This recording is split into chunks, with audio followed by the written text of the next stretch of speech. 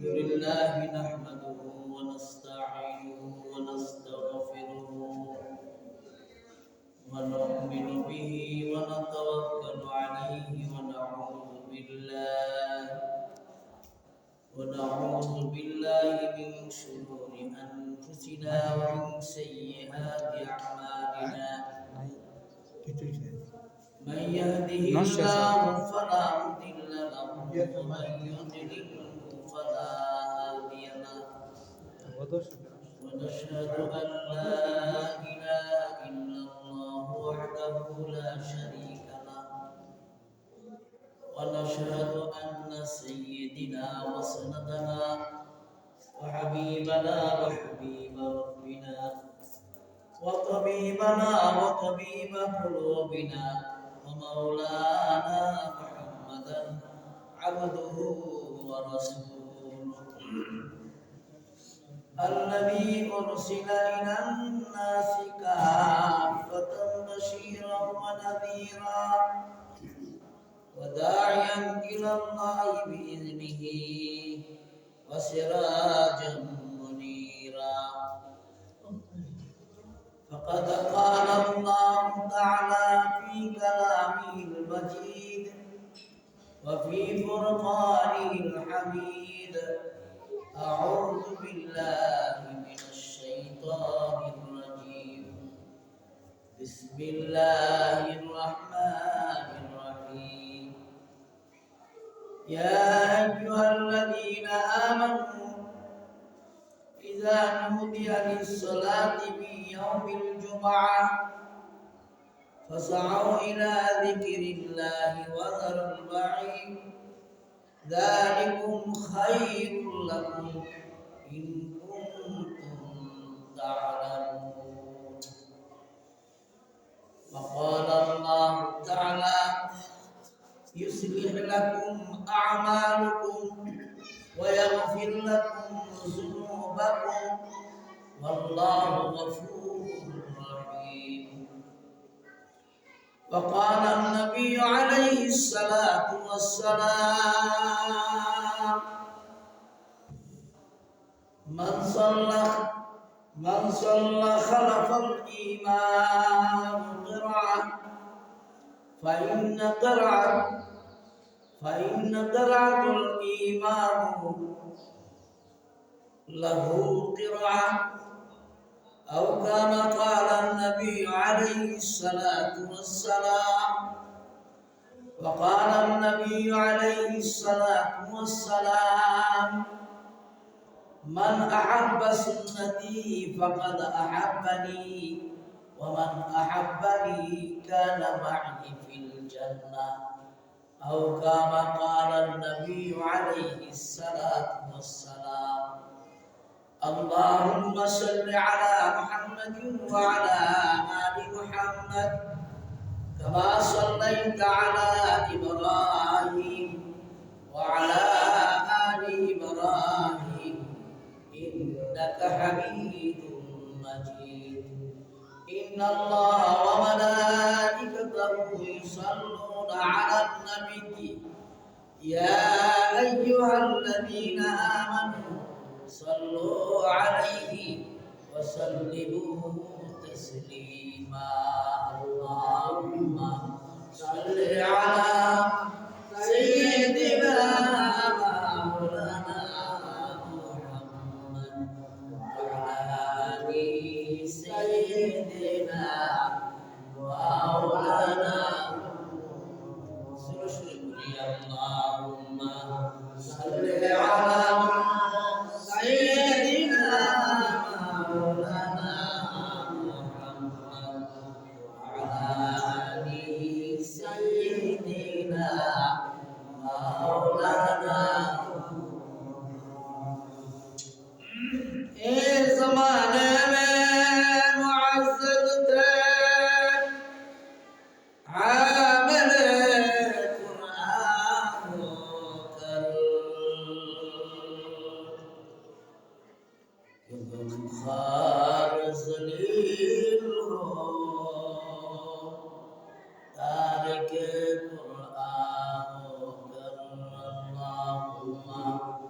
صل على سيدنا مولانا محمد وعلى آل سيدنا مولانا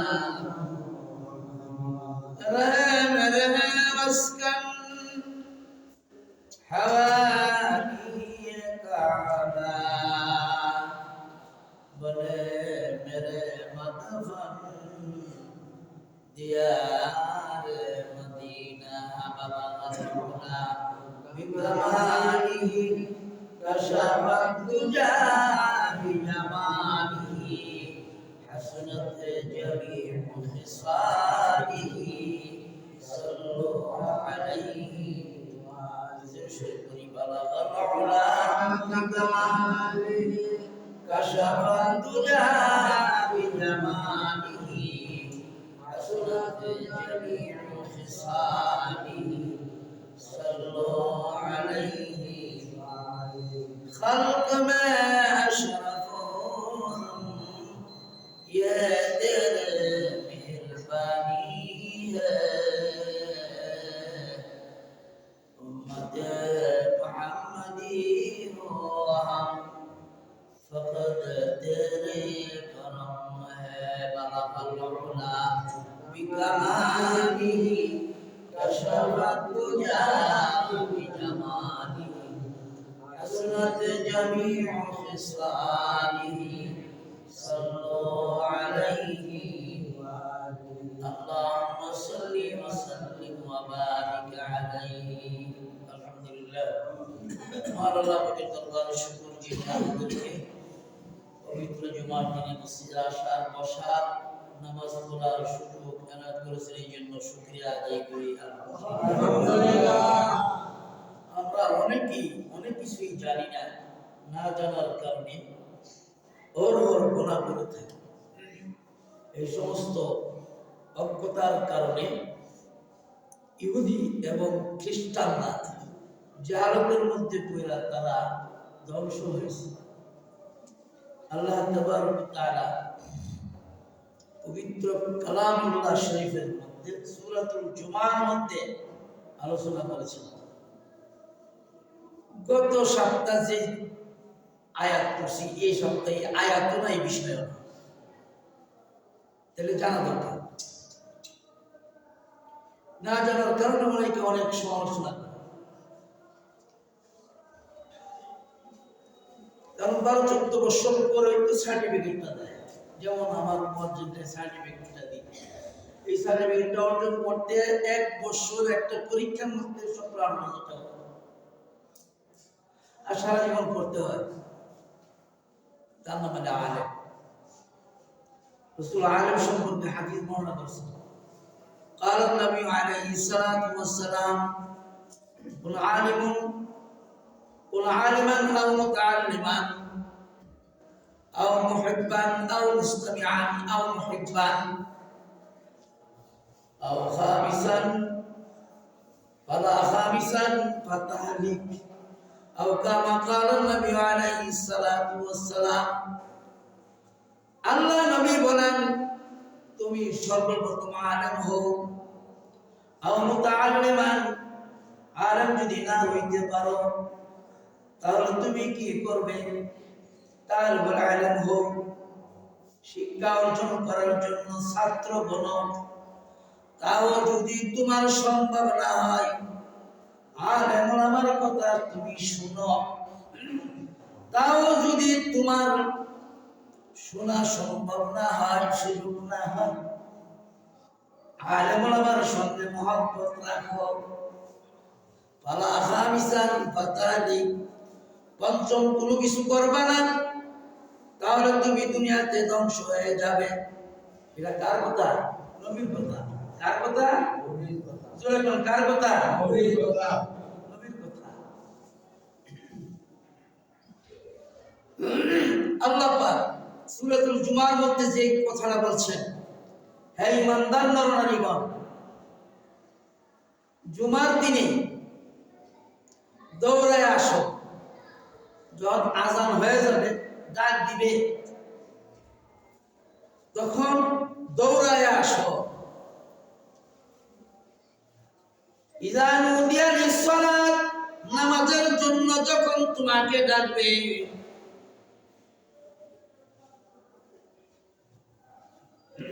ইয়াউমুল জুমআ, জুমার দিনে, ফাসআউ, তুমি দৌড়ায় আসো, ইলা যিকিরিল্লাহ, আল্লাহ স্মরণার্থে নামাজ পড়ার জন্য। তাহলে তোমার কি হবে? তোমার মঙ্গল হবে, তোমার সফলতা আসবে।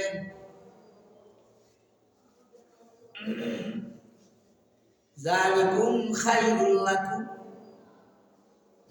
তোমাদের সফলতার কারণ হবে দৌড়ায়া যদি আল্লাহর ডাকে যদি মসজিদে চলে আসো। আর যদি না আসো, তোমার সফলতা আসবে না, মঙ্গল আসবে না। যদি তুমি জ্ঞানী হও তাহলে এই কাজটাই তুমি করবে। এটা কার কথা? আল্লাহর কথা। কার কথা? কার কথা? আল্লাহর কথা। ইহুদি খ্রিস্টানরা যেরকম ভ্রুক্ষেপ করে নাই, নবীদের কথা ভ্রুক্ষেপ করে নাই, তাদের কল্পিত কিতাব মানে নাই, সীমা লঙ্ঘন করার কারণে ধ্বংস দুনিয়াতে। আল্লাহ নবী বলেন, আমার উম্মত ঠিক এই পর্যায়ে ধ্বংস হয়ে যাবে। আর পর মানুষ এলেম নাই, জ্ঞান নাই, কিছুই জানে না, জাননেওয়ালা মানুষকে সে এরকম ভাবে গ্রাস করতে থাকবে। এটা কিয়ামতের লক্ষণ। টিপ দিতে পারে না সেই লোকটা রাষ্ট্র চালায়, ফেরাউন যেরকম ভাবে চালাইছিল, এটা কিয়ামতের লক্ষণ। জ্ঞানী মানুষের বিরুদ্ধে আচরণ করা, এটা কিয়ামতের লক্ষণ। আল্লাহর নবী বলেন, এমন একটা জমানায় আসবে ইহুদি খ্রিস্টানরা যে কাজ করে নাই সেই কাজগুলো আমার উম্মতের মধ্যে করবে। তবে জানিয়ে রাখবে ওই মুহূর্তটা বেশি সময় দেরি নয়। যখন আসবে কিয়ামত, বেশি দেরি হবে না। আল্লাহ পাক খন্ড খন্ড ভাবে ভূমিকম্প দিয়া ধ্বংস করে দিবে। হয় কি হয় না? জোরে কোন হয় কি হয় না? কোরআন হাদিসের ব্যতিরেকে আমার এই 22 বছরে একটা কথাও নেই। প্রায় 3500 মতো ভিডিও আমার আছে। প্রত্যেকটা পোলা মানে এগুলি ফলো করে, হালকা হাদিস পড়ে। এখানে বাজে কথা বলার কোনো সুযোগ নাই। জানি কিছু, মনে করছেন হুজুর রাখছি, বেতন 2-4 টাকা দেই, আর আমরা যেভাবেই বলবো সেভাবেই করবে, না, প্রশ্নই উঠে না। আমি 2টা আয়াতে কারিমা তেলাওয়াত করছি, 2টা হাদিসের অংশ তেলাওয়াত করছি, মনোযোগ দিয়ে শুনেন।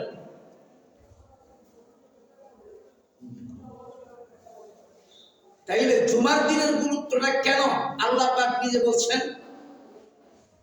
এই জন্য বলছেন,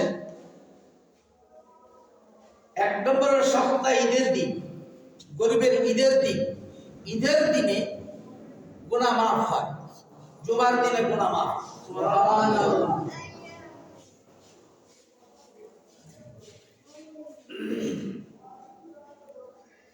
সম্মানিত দিন, জুমার দিনটা সম্মানিত।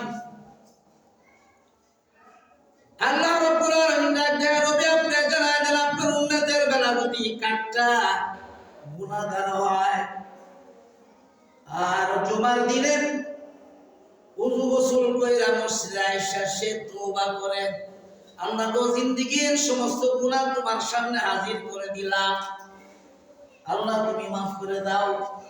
আল্লাহ রাব্বুল আলামিন ডাকতে, সে বলতে দেরি হবে, তার গুনাহ, পিছনের গুনাহগুলি আমি মাফ করতে দেরি নাই।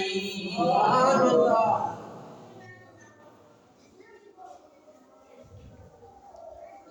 এগুলো গুনাহ মাফ হয়। জুমার দিনে মসজিদে ঢোকার সঙ্গে সঙ্গে গুনাহ মাফ হইতে থাকে। তাহিয়াতুল ওযু দুখুলুল মসজিদ করতে দেরি হয়, কিন্তু পিছনের জিন্দেগীর গুনাহ মাফ হইতে দেরি নাই। সুবহানাল্লাহ। যখন আপনি কাবলা জমা করে যখন বসে থাকবেন আর চিন্তা করবেন আমার পিছনের হায়াতটা আমার কোন কাজে আমি লাগাইলাম, কিভাবে গেল, অনুতপ্ত যখন অন্তরের মধ্যে আসবে, অনুতপ্ত করতে দেরি হবে, আল্লাহ রাব্বুল আলামিন মাফ করতে দেরি নাই। তারপর যখন ইজা জালাসাল ইমাম আলাল মিম্বারে, যখন ইমাম সাহেব শুক্রবারের দিন মিম্বরের মধ্যে বসে, লা সালাতা লা কালামা, ওই মুহূর্তে নামাজও পড়তে পারবেন না, কথাও বলতে পারবেন না। যেখানে নামাজ পড়া যায় না সেখানে কথা তো দূরের কথা। ঠিক কি দূরে কম? এর হাদিস মানবেন কই? নবীর উম্মত যে বলেন লজ্জা করা উচিত তো।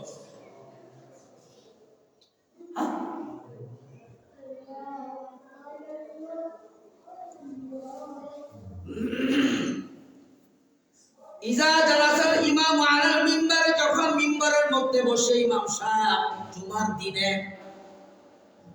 লা সালাত, নামাজ পড়া যাবে না,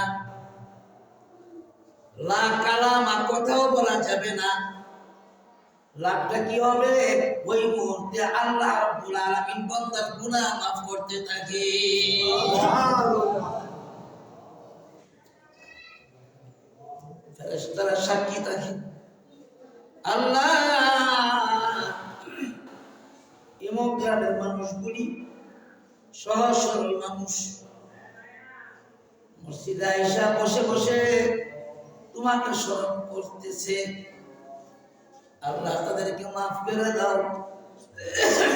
আল্লাহ রাব্বুল আলামিন ফেরেশতাদের প্রতি উত্তরে বলে, যাও, তোমরা যখন সাক্ষী দিচ্ছ তাদেরকে আমি মাফ করে দিলাম।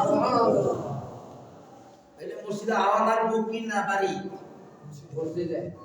মসজিদে তাওয়ান লাগবো না, বাড়িতে হন লেন্টার বিদ্যা আয়া কোনো মতেই ধরুন না। যে মানুষটা পরীক্ষার হলের শেষে যায় সেই মানুষটা পরীক্ষার দিতে গিয়া পরীক্ষা দিতে পারে না। এটা দামিস ছাত্র, এটা 1 নম্বর ছাত্র। 1 নম্বর ছাত্র পরীক্ষার হলে ঢুকবার আগে গিয়া পয়সা থেকে দরজা, ঠিক কিনা ধরে কন? যখন শুরু হয় 3 ঘন্টার টাইমের ভিতরে তার পরীক্ষার কাজ সে শেষ করতে পারবে, সেই অনুভবে সে শুরু করে, ঠিক কিনা? দুনিয়াটা পরীক্ষার হল। এই পরীক্ষার হলের ভিতরে পরীক্ষা দিতে গিয়া কি পরীক্ষা দিবেন? তাকওয়ার পরীক্ষা। নাম তাআলাল্লাহু কুলুবাহুম লিত্তাকওয়া, যারা দুনিয়ার ভিতরে তাকওয়ার পরীক্ষা দিতে পারে আর সফলতা দুনিয়ার মধ্যে তারই থাকবে। পরীক্ষার হলে গিয়া যদি সে ঘুমায়, তার মতো অত ভাগা এই জগতে আর নাই। দুনিয়ার হায়াতে জিন্দেগির ভিতরে যদি আপনি হায়াতটা শেষ করে দেন, কিন্তু আপনার মতো পাগল, আপনার মতো বেকুব, আপনার মতো জাহেল এই জগতে আর নাই। তাকওয়ার পরীক্ষা দেওয়ার জন্য দুনিয়াতে আল্লাহ পাক পাঠাইছেন। কতটুক আল্লাহ আপনি হইছেন? তাকওয়া মানে কি? কতটুক আল্লাহকে আপনি বিশ্বাস করেন, নবীকে বিশ্বাস করেন। হুজুর আমরা তো তাকওয়ার পরীক্ষা দেই, আমরা মসজিদে দেই না, আমরা শাস্ত্র দিই। ঠিক কিনা ধরে না? ঠিক। লজ্জা করা উচিত।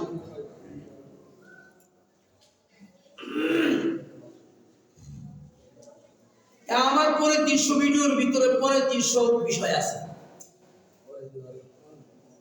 সারা ওয়ার্ল্ডে শুনে কোনটা ঠিক বলতেছি কোনটা বেঠিক বলতেছি। কারণ আপনাদের তো জ্ঞান নাই, পড়াশোনা নাই, রাগ করেন না। আমার ছেলেরা পরীক্ষা দিবে, এরকম বহুত বেরিয়েছে, আর বুঝি যার জন্য ভিডিও করে। আপনারা তো জানেন না, বুঝেন না যে এই হায়াতটা কত দাম। আপনাদের এখানে আমার 23 বছর অতিবাহিত, আপন জন আপনারা। কেন আগে বলি, আমার তো জবাবদিহিতা আছে, হাসরের ময়দানে জবাবদিহিতা আছে। এই জন্য আপনাদেরকে রাগই শুনাই দিই, মানা না মানা থাকে, এর চেয়ে বেশি তো কিছু বলা যায় না। আপনি এটা মনে করেন না, তাহলে আমরা না করে আমি পর্যন্ত বুঝছি, ছাত্র জীবন থেকে শুরু করছি, মাদ্রাসা 20 বছর পড়াইছি, 20 বছর একটা না। এখনো মাদ্রাসার সাথে সংযুক্ত আছি, আমার ছাত্ররা পড়া কি পড়ার বুখারী শরীফ, মুসলিম শরীফ, আবু দাউদ শরীফ, এগুলি হারা পড়ায়। এদের মুরব্বী আমরা। আপনারা তো মনে করতেছেন যে এখানে রাখছি কথা শুনেন, এই জন্য দুনিয়াতে আসেন না। আজান দেওয়ার সঙ্গে সঙ্গে মসজিদে আসা উচিত ছিল, যেহেতু প্রত্যেকটা শব্দ আমার এক একটা বিষয়। কি জানি, এখনো তো জানার শেষ করতে পারি নাই। আপনাদের এখানে থাকার আমার একটা কারণ, 1 নম্বর হলো আমার বাবার ওয়াদা, আমার পীরের ওয়াদা। 2 নম্বর হলো আমার বাড়ির আশেপাশে মসজিদ কাছে নাই, আমার তো সেই ক্ষমতা নাই। এই জন্য আপনাদের এখানে সময় দিতে দিতে আপনারা আমার আপন ভাইয়ের দিকেও আপন, ঠিক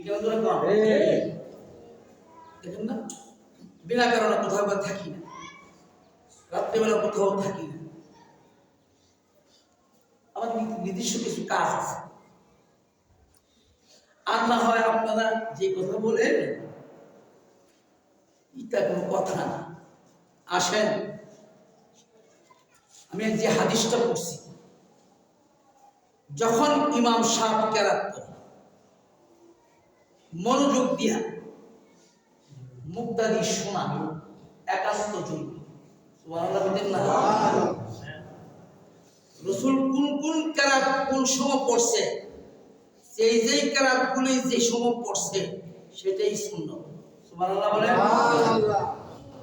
হযরত আবু বকর সিদ্দিক রাদিয়াল্লাহু তাআলা আনহু উচ্চ মর্যাদাশীল সাহাবী, প্রথম সাহাবী।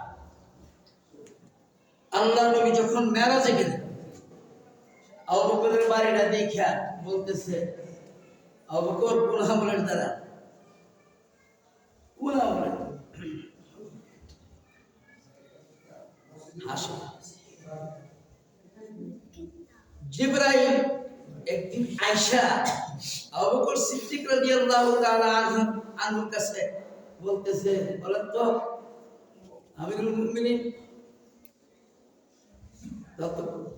উনি রাষ্ট্রীয় ক্ষমতা দিন, কথাটা অল্প বেরা বলতেছি বোঝার জন্য, বলেন জিবরাইল কোথায় আছে? চোখটা বন্ধ করলেন, ডার্কটা জগৎ, ভাই তুমি জিবরাইল। সুবহানাল্লাহ। এটার দলিল চাইলে দিতে পারবো, এটা এখনো সুযোগ আছে। আল্লাহ নবী জিজ্ঞেস করেন, আবু বকর এই ঘরের মালিক তুমি কিভাবে হইলা, তোমার আমল কি?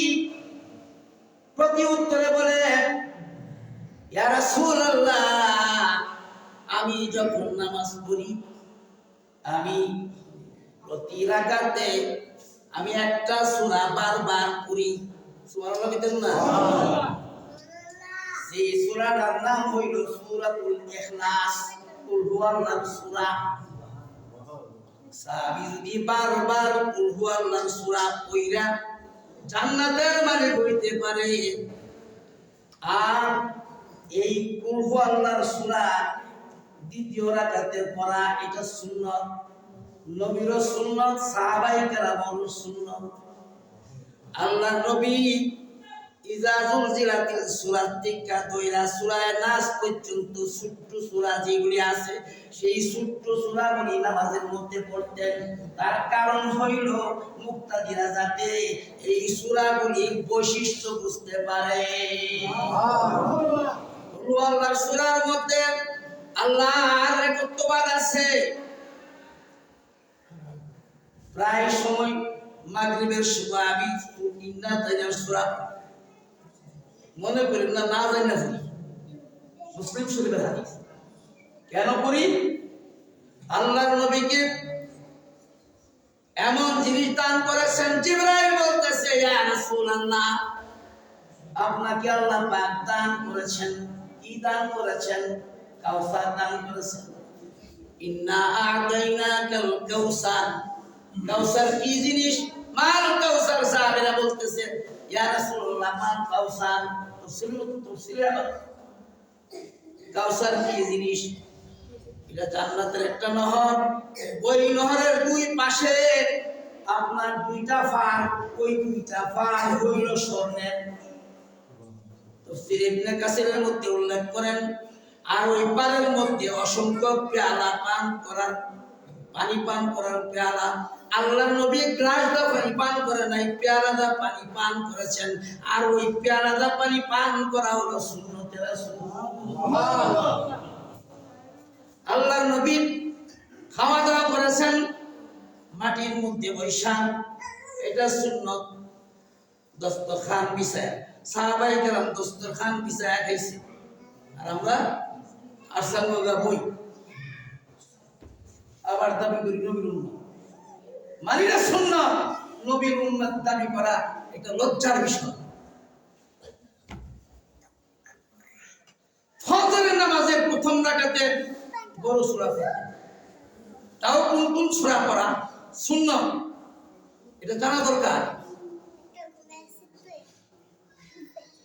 সূরাতুল বাকারার মধ্যে আপনার আছে প্রায় 250 উপরে আয়াত। পড়া শুরু করলো মুসলিম ভাবে। এই জন্য রাসূল কইলা দেখায়া সাহাবায়ে কেরামকে শিক্ষা দিয়েছেন। হযরত আবু বকর সিদ্দিক রাদিয়াল্লাহু তাআলা এই আমল ছিল। আল্লাহর নবীর আমল ছিল কি? উনি প্রায় সূরাতুল কাফিরুন আর সূরা ইখলাস পড়তেন।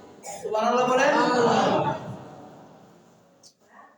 প্রথম রাকাতে সূরা কাফিরুন আর শেষ রাকাতে কুল হুয়াল্লাহ সূরা, এটা আল্লাহর নবী করছেন। আল্লাহর নবী যে কাজটা করছেন এটা সুন্নতে রাসূল। সাহাবায়ে কেরাম যে কাজটা করছেন এটা সুন্নতে সাহাবা। চাই না বলা উচিত।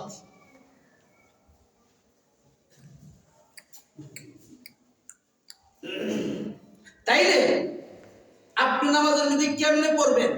শুধু কুল হুয়াল্লাহর সূরা নামাজ হবে। সূরা ফাতিহা পড়ার পরে কুল হুয়াল্লাহর সূরা নামাজ হবে। ইন্না তাইয়ার সূরা কি নামাজ হবে। এনকার করলে ঈমান থাকবে না। এরপরে আল্লাহ পাক আয়াত নাযিল করেছেন, আপনার উম্মতের জন্য আরো সুরা করে দিলাম কি? ফাকরাউ মা তায়াসসারা মিনাল কুরআন।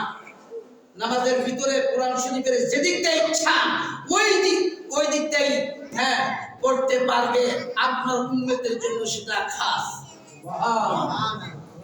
সুবহানাল্লাহ। কেন না যেখানে একজনকে আপনার এই দুইগুলি কথা বলেন। বুখারী মুসলিম আবুল শরীফকে আপনারা পড়ছেন, তাফসীরি কিতাব পড়ছেন, এগুলি বলা ঠিক না। এর রাসূলের হাদিস কি? কোন আলিমান সর্বোত্তম আলেম হন, যদি আলেম না হইতে পারেন আও মুতাআল্লিমান তালমিলাম বলেন, যদি তালমিলাম না হইতে পারেন আলেমের কথা শুনেন, তাও যদি না হয় আলেমকে মহব্বত করেন। ওয়ালা তাকুন খামিসা ফাতাহলিক, পঞ্চম কোনো কিছু করবেন না, করলে কি হবে? আপনি হালাক হয়ে যাবেন। এই জন্য উলামায়ে কেরাম যাই নেই করে অনুরোধ করব নিজের আমলের মধ্যে কতটুকু আমি জোগাড় করছি সেটা আমার দেখার বিষয়। তাইলে আজকে বুঝলাম কি, যেই কোনো সূরাতে আমার নামাজ হবে। সূরা ফাতিহা কইরা একটা সূরা মিলার ওয়াজ জাননেওয়ালা লোককে জানেন না নামাজ পড়লাম তো না পড়লে বোধ কেমনে সূরা ফাতিহা দিন নামাজ লা সালাহ বিফাতিহাতিল কিতাব হাদিস। সূরা ফাতিহা ছাড়া আলহামদুলিল্লাহ সূরা ছাড়া নামাজ হবে না, এটা শিক্ষা লাগবে। তাইলে মৃত্যু পর্যন্ত শিক্ষা অবস্থানটা আল্লাহ পাক নিজে করে দিয়েছেন এই উম্মতে। আমরা কই আমরা শিহান দূরের কথা শিহানের চেষ্টা করি। ছোট বাচ্চারা দেখেন আপনার এদেরকে দায়িত্ব দিলে বালা দায়িত্ব পালন করতে পারে, হ্যাঁ নিজে করতে পারে না কিন্তু দায়িত্ব পালন করতে পারে। বলা এক জিনিস আর আমল করা আরেক জিনিস। অনুরোধ করবো শিখেন। এখনো তো কলমা শরীফটা বালা করে মুখ যায় না। ফজর তো লা ইলাহা ইল্লাল্লাহ পড়ায় আমার কানো বাজে লা ইলাহা ইল্লাল্লাহ হবে না। এগুলো শিখেন। সূরা ফাতিহাটা কিভাবে পড়ি এটা শিখেন। ইন্না আতাইনার সূরাটা কিভাবে পড়ি এটা শিখেন। কুল হুয়াল্লাহর সূরাটা কিভাবে পড়ি শিখেন। ইন্না আতাইনার সূরাটা কেন পড়ি, রাসূলকে দান করছেন নহর। আর ইন্না আতাইনার সূরাটা আমি পড়ি এই জন্য আল্লাহ আমাকে গুনাহমুক্ত করে, এই হিসাবে রাসূল অর্পিত উম্মত হিসাবে সেই সূরাটা আমি নিজে পড়ি। সুবহানাল্লাহ বলে।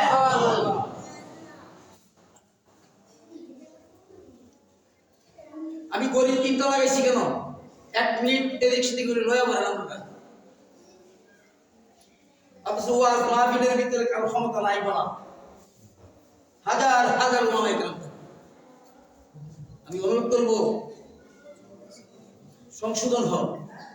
দ্বিতীয় আয়াতে বলছি ইসলিহ লাকুম আ'মালুকুম, আল্লাহ কয় ইসলিহ লাকুম, তোমরা সংশোধন হও এই বাজে কথার থেকে।